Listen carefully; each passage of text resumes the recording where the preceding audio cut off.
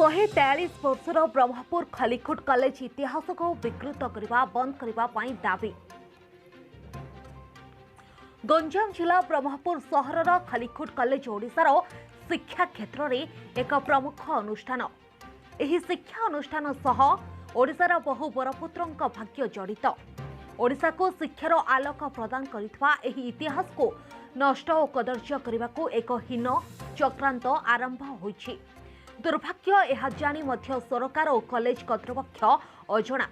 वर्तमानर खलिकोट विश्वविद्यालय तथा पुराना खलिकोट कॉलेज प्रवेश द्वार में ओडिया एवं इंग्राजी भाषा रे खलिकोट कॉलेज स्थापित 1878 बोली उल्लेख थिला। से नामकरण उठाई देई खलिकोट विश्वविद्यालय 2021 लेखिछंती सरकार। एही परिप्रेक्षी रे खलिकोट कॉलेज 143 वर्षर ऐतिहासिकता हजाइबाकू चेष्टा चली। पुराना नामकरण ऊर्ध्वे नूतन तोरण निर्माण करी विश्वविद्यालय नाम लेखा जाय पारिथांता किंबा कॉलेज मध्यरे थिबा अन्य 3 गोटी प्रवेश पथ मध्यरु गोटिकरे खलिकोट विश्वविद्यालय 2021 बोली लेखा जाय पारंता। यासह सेहिपरि खलिकोट कॉलेज परिसर रे धराकोट विज्ञानगार नाम रे एक पुरातन कोठा थिला। नवनिर्माण नाम रे सही कोठाटी को संपूर्ण भांगिछन्ते सरकार। एठी संलग्न 1909 मसीहार फलक को मध्य भांगी नष्ट कर जायछि।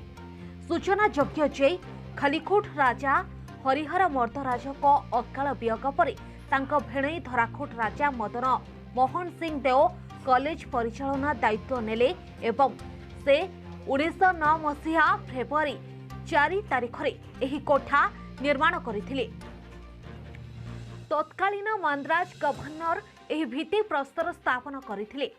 यह बाबद रे सही समय धराकोट राजा कोटिएरु ऊर्ध्व टंका व्यय करथिले। एही कथा सरकार और कॉलेज कर्तृपक्ष अवगत थाई मध्य ऐतिहासिक फलकटी को सुरक्षा देले नाही। एही विज्ञानगार कोठारे भारतर बहु विशिष्ट व्यक्ति पाठ पढ़ी देश विदेश में सुनाम अर्जन करिसेंती।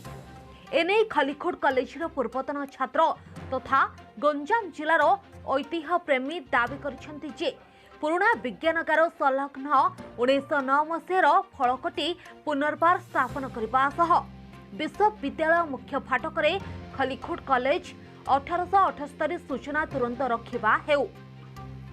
एही कथा आंभ ऐतिह्य भावावेग परंपरा सह जड़ित। आसंता 15 दिन मध्य ए दुईटी दाबी पूरण नहेले विश्वविद्यालय सम्मुखें धारणा सहित आंदोलन करने बाध्य हेबो बोली पीतवास पंडा समेत अन्य माने सूचना दैछंती। Bureau report journalist news 10।